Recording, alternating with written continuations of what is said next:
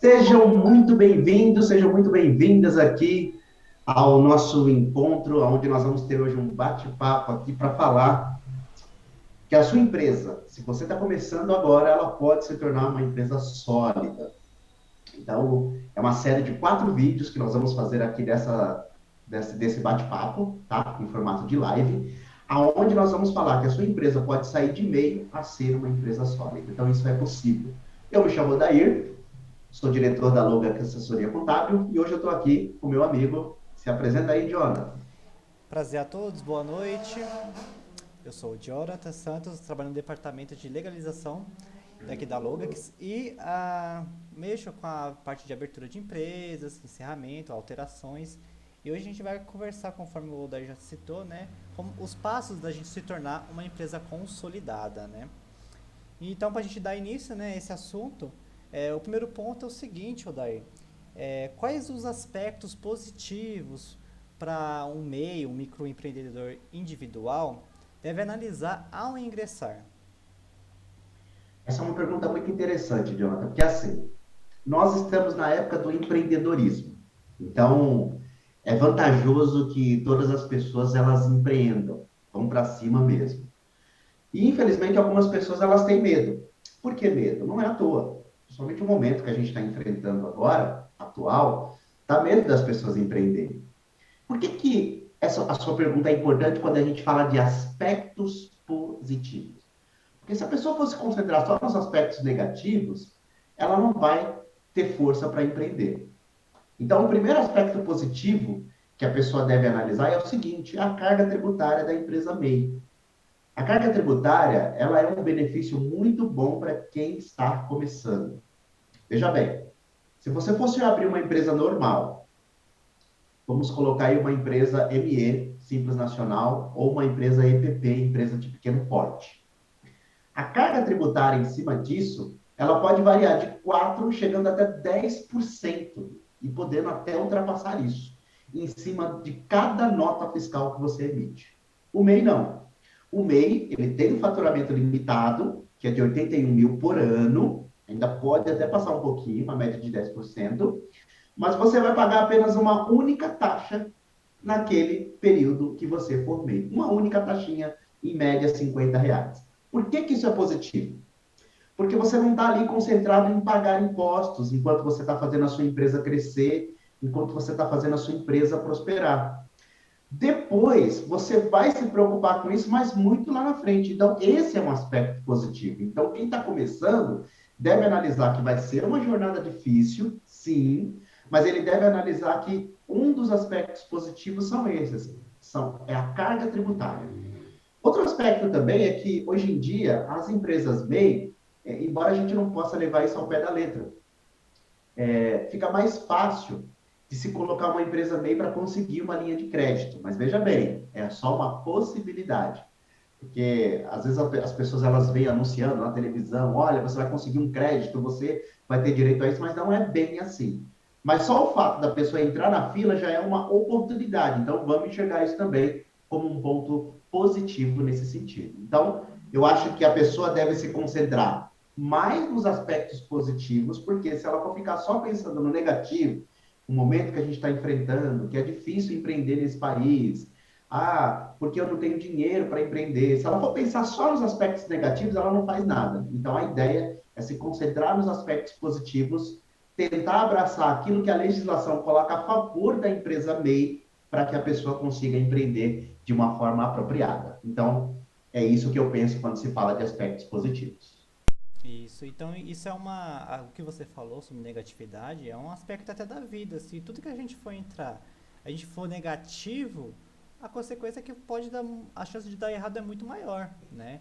Você está falando um ponto interessante, então a gente tem realmente que estar focado nos pontos positivos, né? Quando a gente for ingressar nesse passo importante do empreendedorismo, né? Isso Muito aí. bem. O segundo ponto, daí, é o seguinte: o que o microempreendedor, o MEI, né, deve evitar no processo de andamento de sua empresa? Então, o que ele deve estar evitando? Bom, quando se trata de abrir uma empresa MEI, a preocupação que eu principalmente tenho com as pessoas que começam é o seguinte: o que que ele deve evitar? Ser um empreendedor desinformado. A desinformação, no caso de uma empresa MEI, principalmente, ela pode custar muito caro. Ela pode até custar a quebra da empresa, que é a tendência do país que a gente está. Na média aí, quando a gente vê as empresas que nascem, as empresas que morrem são muito maiores. Por quê? Pela falta de informação. O empresário ele não pode se dar o luxo de falar assim, eu não sabia, ninguém me falou. Então, por esse motivo, no processo de andamento da sua empresa, eu acho que a informação ela é uma característica muito importante. Para isso, o empresário, o microempreendedor, que ele está querendo crescer, principalmente, ele tem que ir atrás de informação. Hoje não é difícil. Se ele for uma pessoa que absorve conteúdo, que ele está sempre buscando na internet, que ele está sempre buscando a ajuda de um profissional, como um contador, por exemplo, ele com certeza vai ser um empresário sempre bem informado. Vou citar um exemplo para você, tá? Às vezes a pessoa ela quer abrir uma empresa MEI e ela quer entrar, embora a gente vai falar um pouco disso mais para frente, ela quer entrar no ramo alimentício, por exemplo, tá? Só que no ramo alimentício, ela, por falta de informação e não pesquisar, ela é obrigada a tirar uma vigilância sanitária, porque ela está mexendo com o ramo alimentício. Seja fornecimento, seja atendimento no balcão, seja atendimento ao público nas mesas, ele tem que tirar uma vigilância sanitária. Mas qual que é o pensamento, talvez, do MEI, além da falta de informação? É o medo. Isso deve ser tão complicado, tirar uma vigilância sanitária, eles vão querer fazer uma vistoria no meu negócio, pode não ser aprovada, vão pedir para me mexer em algumas coisas. Só que quando a gente vai ao pé da letra, na verdade não é tão complicado assim. Aí aquela falta de informação, aquela falta daquele empresário querer buscar uma informação perita a respeito daquilo, fez com que o negócio dele se prejudicasse lá na frente. Então, essa não é a ideia. Se você está abrindo uma empresa, a ideia é que a sua empresa funcione, que a sua empresa continue aberta e que sua empresa saia da estatística de empresas que fecham. Então, o que eu quero dizer com isso é que o empresário ele tem que ser informado. Alvará de funcionamento, eu sou obrigado a tirar? Preciso tirar o meu alvará de funcionamento? Sou isento de tirar o alvará de funcionamento? Então, assim, pode parecer um pouco burocrático, mas nada é impossível. Por quê? No caso das empresas MEI, as coisas elas são mais assim flexíveis quando se trata de tirar documentos, porque o fisco ele entende que os negócios eles estão apenas começando, tá? Então ele acaba dando aquela abrandada nesse sentido. Vamos citar outro exemplo clássico aqui. A gente vai falar disso mais para frente também. A empresa começa, ele só faz ali o cadastro na internet e pronto, saiu o CNPJ, inscrição estadual para aqueles que são comércio, saiu o certificado do MEI, está o cadastro feito na junta, pronto. Ele acha que só aquilo é o suficiente. Então, olha só, no andamento do seu negócio, a falta de informação e a inscrição municipal. E o seu negócio? É na sua casa? Se não for na sua casa, já verificou se você precisa tirar um atestado de vistoria do Corpo de Bombeiro? Então, tudo isso é questão de informação. É só o empresário ir atrás. Preciso? Olha, numa fonte fidedigna, claro, não, não precisa. Ó, precisa disso ou precisa daquilo. Para quê? Para ele não ter dor de cabeça amanhã ou depois. Então, no andamento do negócio, minha orientação para o empresário é vá atrás de informações. Essa que é a ideia principal aí. Corretíssimo, essa é a ideia mesmo. Então, entrando mais nesses detalhes aí de erros graves, né? Aí que fica, né? Quais são os erros graves cometidos na abertura de uma MEI? Isso, vamos lá. Erros graves, que nem eu falei que a gente ia citar agora, né? A pessoa ela não tira todos os documentos da empresa dela, como, por exemplo, a inscrição municipal. É um documento essencial, não tem nem como dizer assim, ah, precisa. Não, esse é um documento essencial que a pessoa tem que tirar. Ou seja, ela tem que estar regular perante o município. Não importa em que cidade do Brasil que ela esteja, tá? Então, erro, não tirar a inscrição municipal. Segundo erro, não fazer uma verificação se é obrigado ou não a tirar o alvará de funcionamento. Embora, para algumas categorias, isso é bem abrandado, tá? Algumas categorias falam, ó, enquanto você é MEI, está trabalhando na sua casa, você não precisa, mas o empresário tem que ir atrás dessa informação. Terceiro erro que eu falei, questão da vigilância sanitária, para aqueles que estão no ramo alimentício, ou alguma parte da saúde também, que abrange ali a empresa MEI, tá? Outro erro crasso que eu vejo as pessoas cometendo também, quando se trata da abertura da empresa, é não verificar, por exemplo, se ela vai ter ou não a necessidade de ter um certificado digital. Olha que coisa importante que a pessoa deve verificar. Vou registrar funcionários? Não vou registrar funcionário na minha empresa? Então, tudo isso faz parte no processo de abertura que tem que ser feita uma autoanálise pelo empresário. Então, nós aconselhamos o quê? Buscar informação. A informação ela está aí, certo? Existe esse tipo de informação específica? Existe, mas você consegue achar. Hoje está muito fácil você conseguir, por exemplo, um bate-papo como esse aqui que a gente está fazendo. O empresário ele já consegue tirar várias sacadas daquilo que ele deve ou não fazer quanto à abertura da sua empresa MEI. Outro detalhe que eu quero acrescentar aí é na questão do pagamento ali do imposto da empresa, né, a DAS, né, que vem ali todo mês para você estar pagando. Como você citou, muitos empresários acham que está o CNPJ pronto, acabou, está resolvido. Mas ele esquece que também tem ali o dever, né, de estar pagando ali as suas pendências também, né? Então, por falta de informação, assim como você falou, ele acaba devendo valores muito altos quando ele descobre que tem que estar pagando um valor, né? Tem esse detalhe também. Exatamente. Uma determinada situação que aconteceu com muitos microempreendedores individuais, que o governo ele fez uma métrica. Eu acredito que o governo estava com um problema nos cofres ali, principalmente do INSS, porque a contribuição do MEI, ela também é uma contribuição que o INSS tira uma parte dela. Eu acho que, se não me falha a memória, foi no ano de 2018 que saiu uma matéria dizendo que quem tivesse débito com o MEI iria ter o seu CNPJ encerrado. Então foi aquele desespero, aquela correria, todo mundo desesperado. E eu fiquei surpreso ao descobrir que tinha pessoas que nunca haviam feito uma contribuição do MEI sequer. Uma. A pessoa tinha um MEI desde 2015, por exemplo. Até 2018 ela nunca tinha recolhido nada. Tá bom, o valor é baixo. O governo até possibilitou a possibilidade de fazer ali um parcelamento daquele valor. Mas o que eu fiquei mais assustado foi quando alguns empresários disseram assim para mim, mas eu não sabia que tinha que fazer esse recolhimento. Outros disseram assim, ah, eu não sabia que era tão importante. Outros disseram assim, olha, eu até consegui recolher uma ou outra, mas depois, como ninguém nunca me cobrou, nunca chegou nenhuma cobrança, eu achei que não era necessário.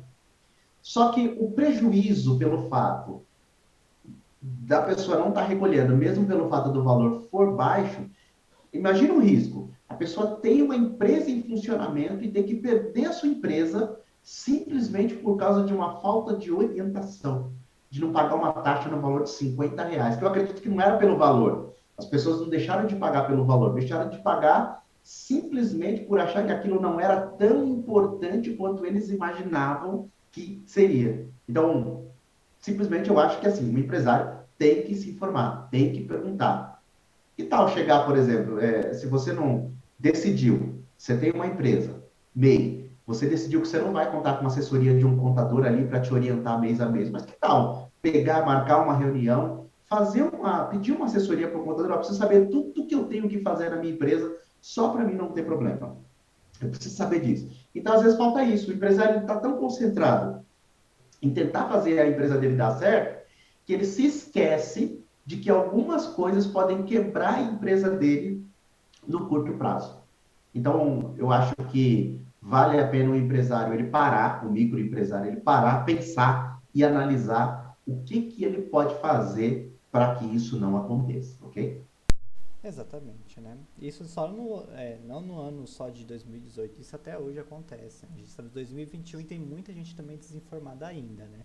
É sim, e às vezes eu percebo assim que as pessoas elas só se dão conta que elas têm que pagar essa taxa, que é uma taxa mínima mensal, elas só se dão conta quando ela precisa de alguma coisa. Ah, preciso de uma certidão porque o banco está me pedindo.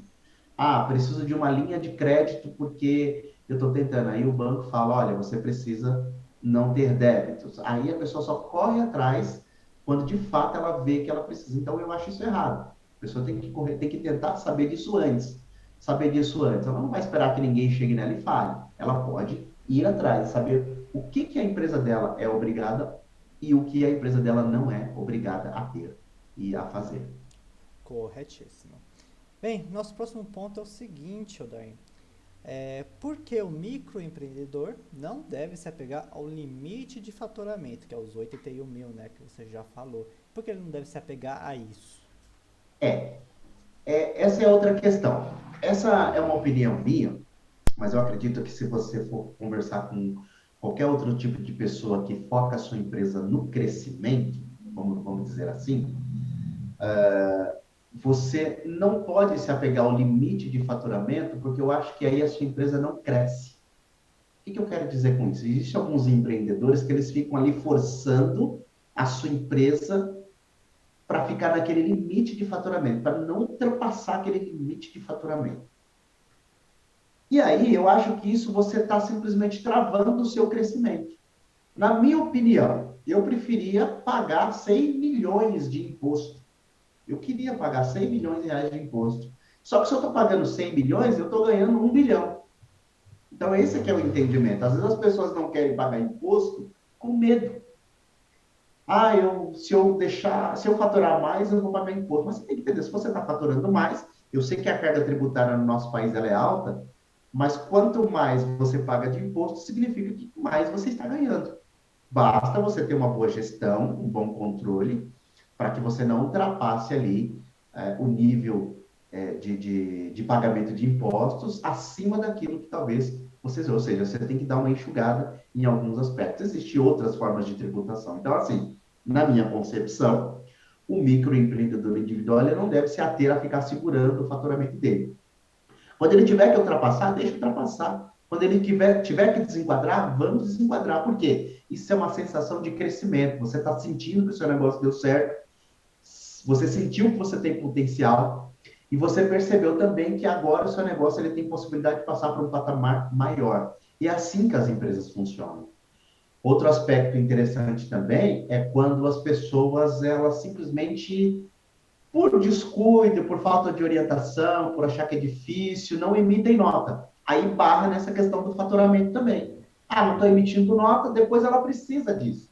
Por exemplo, ela precisa de uma linha de crédito. Tá, quanto é que a sua empresa fatura? Ah, minha empresa está faturando uns 81 mil. Não, mas cadê a prova?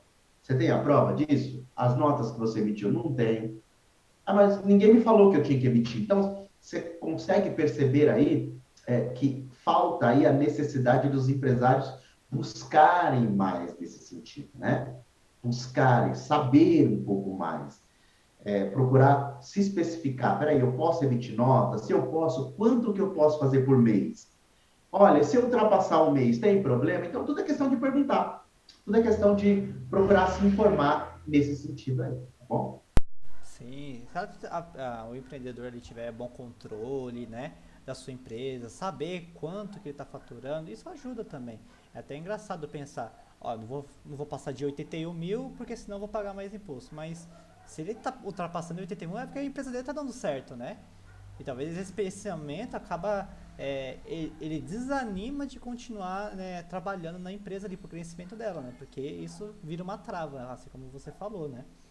Isso, exatamente. E assim, a pessoa tem que entender que quando ela ainda é microempreendedora individual, ela é um porte de empresa.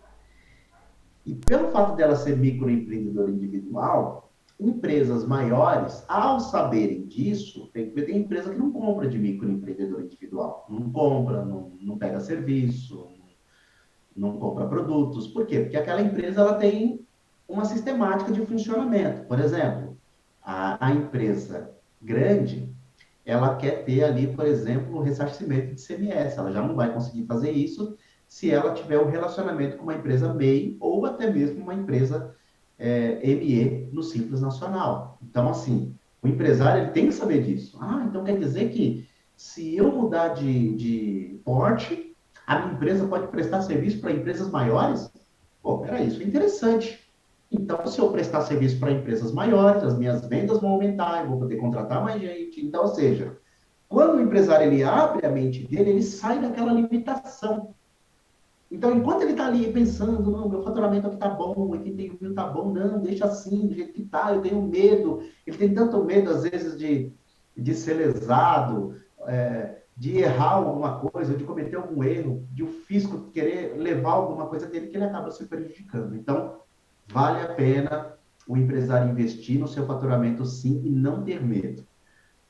Pode ter certeza que existem microempresários hoje que já foram microempresários e hoje são empresas sólidas, né? Que a gente acompanha e a gente vê que é possível sim, mas o empresário tem que acreditar. Muito bem, exatamente.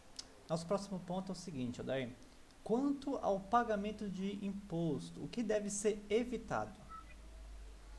O que deve ser evitado, né? Quando se trata de pagamento de imposto, isso assusta, tá? Isso assusta os empreendedores, tá? Mas uma coisa que eu acho que o empreendedor deve evitar é a sonegação. Sonegação, eu acho que, principalmente no ambiente que a gente está hoje, o empresário ele costuma pensar assim: ah, mas o governo isso, ah, mas o governo aquilo. E ele se esquece do benefício. Às vezes, um empresário que ele está evitando ali, não querendo pagar imposto, eu pergunto, mas você sabe que benefício que você tem por pagar imposto? Não. Que benefício que eu tenho? Não tenho benefício nenhum. Tem. Quando ele precisar de uma linha de crédito, ele precisa comprovar o pagamento de impostos. Quanto mais impostos ele pagar para ele, melhor, porque está relacionado com o faturamento dele. Tá? Ele pode conseguir também benefícios dentro da agência bancária dele, pelo fato dele pagar impostos, tá? Pelo fato dele gerar nota fiscal, gerar imposto, pagar as guias, certo? E com o tempo, aquela empresa ela entra numa espécie de um costume. É como eu costumo dizer quando você compra um carro financiado. Você compra um carro financiado, você tem ali aquela parcela, você meio que se acostuma com aquela parcela. Aquilo ali faz parte de você. O pagamento de impostos, ou também não só de um carro, mas um financiamento de uma casa, ou coisa parecida, que é se alguém for optar por isso. Mas o pagamento de impostos ele é a mesma coisa, aquilo ali faz parte da sua rotina. Então, às vezes a pessoa ela fica tão presa a não querer pagar impostos que ela acaba se deixando levar e cometendo vários erros grotescos que afetam o desempenho da sua empresa. Então, entenda, quando se trata de pagamento de imposto, o empresário tem que pensar: isso aqui afeta a minha empresa negativamente caso eu não faça. Tanto que existem pessoas que já quebraram empresas pelo fato de não gerar os impostos e não pagar os impostos. Olha, eu gerei imposto, mas eu não vou pagar, eu vou usar esse dinheiro para outra finalidade. Aí, com o tempo, a empresa ficou numa situação tão difícil que ela teve que fechar as portas e a dívida depois teve que ser negociada com dinheiro de outras finalidades, de outros empreendimentos. A Né? gente, Então, eu estou falando coisas vivas que acontecem no nosso dia a dia empresarial, daquilo que a gente vê, daquilo que a gente passa. Então, o conselho que a gente dá para o empresário é que ele já tem que começar a meditar nisso agora. Essa que é a ideia principal aí. sim. Então a gente pode dizer assim que pagar imposto é um investimento na empresa? Sim, investimento. Se eu for encarar um imposto como uma despesa, embora assim, contabilmente falando, é uma despesa, imposto é uma despesa. Mas quando você começa a considerar uma coisa como investimento e você sabe o benefício que você pode tirar daquilo, o que que acontece? Você passa a dar valor e dar prioridade para aquilo, certo? É a mesma coisa educação. A gente investe na nossa educação, certo? Mas por quê? No momento parece que não está resolvendo nada, mas a gente sabe que no futuro aquilo ali vai ter um retorno para a gente, certo? Mesmo que não tenha um retorno, nós vamos fazer aquilo ali dar um retorno. Eu menciono isso porque às vezes tem pessoas que investem na educação e depois não sabem o que fazer com a educação. Estudou isso, aquilo, não consegue entrar no mercado, não tem dom para abrir uma empresa e assim por diante, e a educação foi por água abaixo. Mas a ideia, quando você investe, por exemplo, em educação, é que você quer ter um retorno. Então, a mesma coisa, pagar imposto. O empresário tem que pensar: por que eu pago imposto? Ah, eu pago imposto porque eu quero ter um retorno. Retorno do quê? Ah, eu quero ter um retorno, eu quero conseguir uma linha de crédito, quero ser beneficiado no meu banco, quero ser beneficiado talvez por um incentivo fiscal, certo? do próprio governo, mas tudo isso eu tenho que ter um histórico de pagamento de impostos, ok? Então, essa que é praticamente a ideia. Isso. Um detalhe que eu achei interessante que você falou, que é sobre as pessoas achar que não devem pagar impostos. Ah, o que eu ganho com isso, pagando imposto, né? Aí entra a parte da desinformação E, novamente, né? Porque o pessoal fala, o governo isso, o governo aquilo. Aí um espalha pro outro e vira um ciclo. Ah, pra que eu vou pagar imposto? Eu não sei de onde tá indo esse dinheiro. Mas é isso, como você falou, né? e O teu dinheiro do imposto tá tendo uma finalidade, só que a pessoa não sabe, né? Exato. Então, por isso que eu aconselho. Se vai pagar imposto, não pensa no governo, não, esquece. Vamos levar a nossa vida. A gente que é empresário, a minha opinião é a seguinte: eu não tenho que ficar dependendo de governo, não importa partido, não importa o que seja. Não tem, eu não, minha empresa não pode depender de partido. Por quê? Porque senão ela vai quebrar. Essa é a realidade. Por exemplo, esse momento agora que a gente está passando, se eu fosse depender do governo para minha empresa, para as minhas empresas sobreviver, eu teria quebrado. Então, eu acho que todo empresário tem que ter o mesmo pensamento. Ó, esquece o governo por enquanto. Ele pode até te dar uma forcinha, mas você não pode colocar a prioridade do funcionamento, a prioridade do que a sua empresa é, do que a sua empresa faz, nas mãos do governo. E eu não colocaria isso, entendeu? Alguns até costumam dizer, o governo é sócio, porque eu pago tanto imposto para ele, é sócio. E só quer ver a parte dele e não quer ver o bem da sua empresa, não. Então, eu aconselho que a pessoa raciocine de uma forma positiva, mas pensando na própria empresa e a não depender do governo, ok? Certíssimo, isso aí. Tá bom, Day. Agora já entendemos bem aí como funciona a parte de imposto de uma MEI, erros a ser evitados, mas agora a questão é a seguinte, né? O que todos deveriam fazer antes de abrir uma MEI?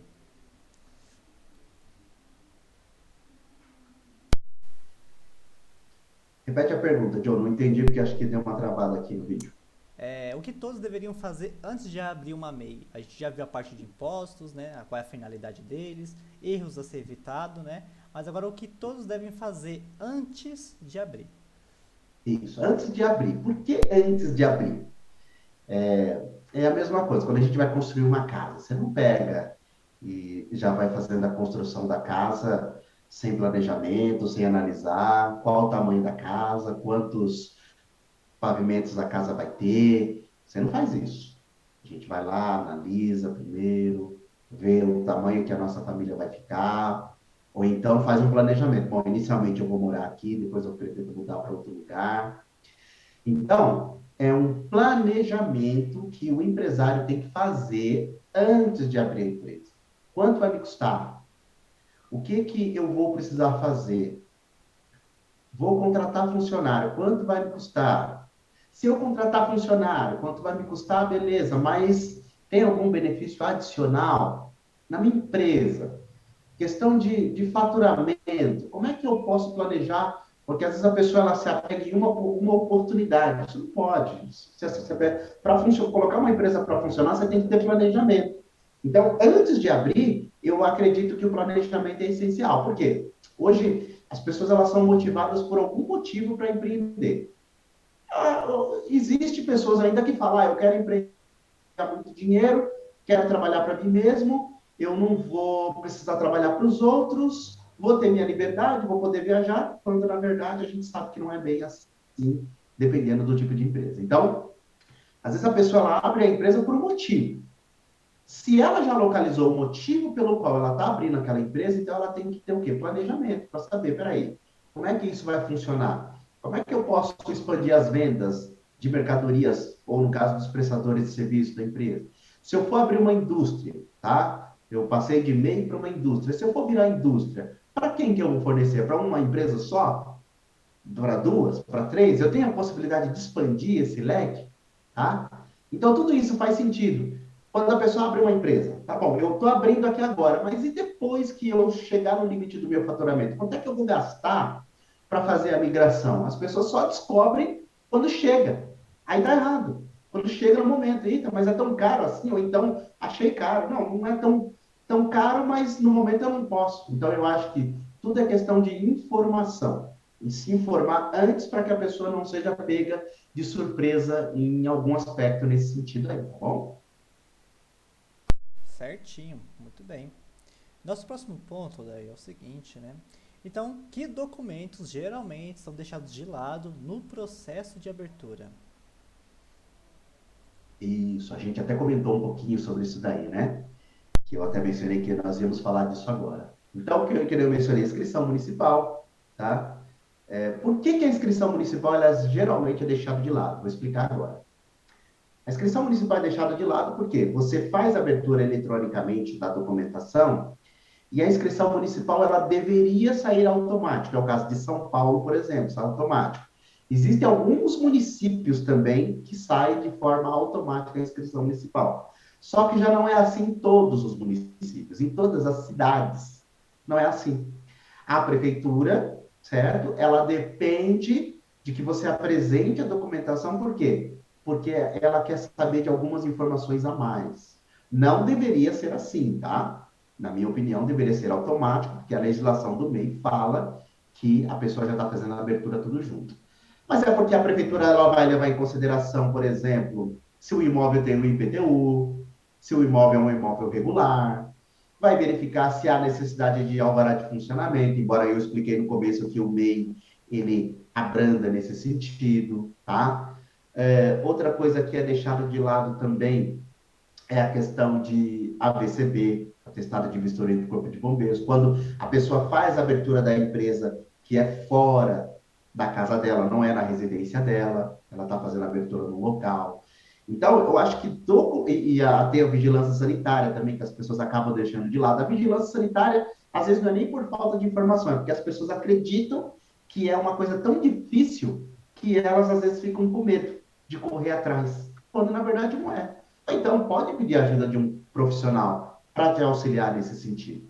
Existem alguns lugares, alguns municípios, cidades também, que a vigilância sanitária ela só quer que você faça o cadastro. Ela vai até te dar licença sem fazer uma vistoria. Então, às vezes, o empresário fica com medo de uma vistoria. A vigilância vai lá, vai te fornecer, não. Tá aqui, ó. Um dia, quando a gente tiver um tempo, a gente passa no seu estabelecimento e vê como é que tá. Mas de início, a licença está aqui, ó. Até entrega a licença para aquele empreendedor. Então, olha que aspecto interessante. Às vezes o empresário, ele deixa de correr atrás de documentos por falta de informação, às vezes por descuido, por preguiça, por medo, mas ele se esquece, talvez, que às vezes é mais fácil do que ele imaginava. Então, nessa questão de documentação, eu acho que é muito importante que o empresário ele deva correr atrás para que ele não tenha problema. Um aspecto interessante também, existe aqui a questão das marcas e patentes, tá? O que é isso, marcas e patentes? Às vezes, o empresário, ele está ali, eu conheço muito microempreendedor, que ele abre a empresa dele e ele escolhe um nome fantasia para a empresa dele. E ele começa a mandar ver naquele nome. E geralmente, quando a gente escolhe o nome das nossas empresas, a gente escolhe aquilo com carinho, porque geralmente é um nome que está relacionado a gente, aquilo que a gente vivenciou, o que a gente acredita, então sempre tem a ver. Se a pessoa não faz o registro da marca, né, da empresa dele, ele pode acabar perdendo aquilo ali para outra pessoa que registrou aquele nome. Então, é outro fator importante, por quê? Porque às vezes o nome pode focar, pode até influenciar nas vendas, na venda do seu serviço, na venda do seu produto. Por quê? Porque às vezes as pessoas vão te achar pela internet, então faz todo sentido. Aí, se você não tiver mais que usar esse nome, toda aquela cartela de clientes que você tem, você pode perder por um descuido. E não é tão caro para registrar a marca de uma empresa. Às vezes as pessoas acham, não, mas isso aí é caro e é complicado. Existem empresas especializadas que fazem isso. Então, eu acho que são coisas que o empresário tem que se preocupar agora, para quando ele for evoluir lá na frente, ele não ter dor de cabeça desnecessária, simplesmente porque não quis correr atrás disso ou daquilo. Ok? Muito bem, é isso aí. Ah, agora, nosso último ponto, para a gente já poder estar encerrando essa nossa conversa aqui, né? É quando a empresa não dá certo, o que muitos empreendedores esquecem. Olha, eu não vou dizer para você se eles esquecem, tá? Ou se eles simplesmente deixam isso de lado por achar que é uma coisa muito complicada. Mas eu vou te falar aqui. Primeira coisa, se a sua empresa não deu certo, encerrar a sua empresa. vai lá e encerra a tua empresa. Corre atrás. Ah, mas eu não tenho dinheiro. Não deixe uma empresa aberta. Não faça isso. Se você está deixando a sua empresa aberta, você está fazendo com que uma bola de neve cresça atrás de você. O que eu quero dizer com isso?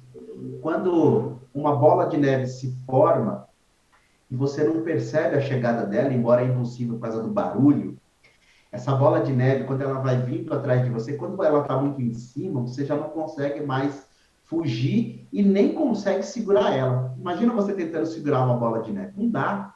É impossível. Eu acho que muitos empreendedores eles esquecem disso. E às vezes a pessoa pensa assim: ah, eu não vou cancelar a minha empresa porque ela tem débito. Então, primeiro eu vou pagar os débitos para depois eu encerrar a minha empresa. Hoje não é mais assim.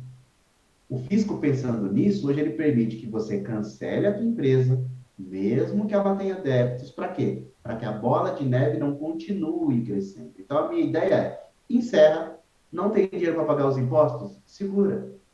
Quando você tiver dinheiro, aí você vai lá e negocia. Mas o importante é que a bola de neve parou de crescer, tá? Então, um aspecto que eu acho que o empresário tem que fazer é isso: ir lá. Se ele não for fazer isso pessoalmente, chama um profissional, conversa, negocia, mas não deixe sua empresa aberta. Por quê? Isso pode ser muito prejudicial para o andamento dela, ok? Certíssimo, Dai. Então, Pode falar. Então, fica aí a minha dica, tá? Uma dica aí poderosa nesse sentido para não o empresário não deixar a empresa dele aberta.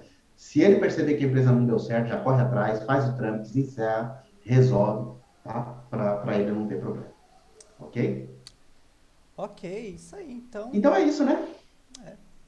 Quer Acho que com essa aula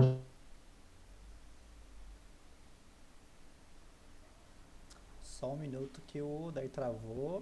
então acho que com essa aula de hoje aqui a gente conseguiu abranger bastante aí para ajudar os empresários nesse sentido, certo? Correto, é isso aí. Então, a Então gente tá vai ficar aqui por hoje, né? Ah, fiquem atentos para as próximas lives também, né? A nossa programação, né? Para saber quando a gente vai falar do nosso próximo assunto, né? isso, Queria que eles exatamente, tá? considerem. Fica, exatamente. Então, ficamos aí à disposição de vocês. Até mais, galera. Tchau, Até tchau. mais e boa noite.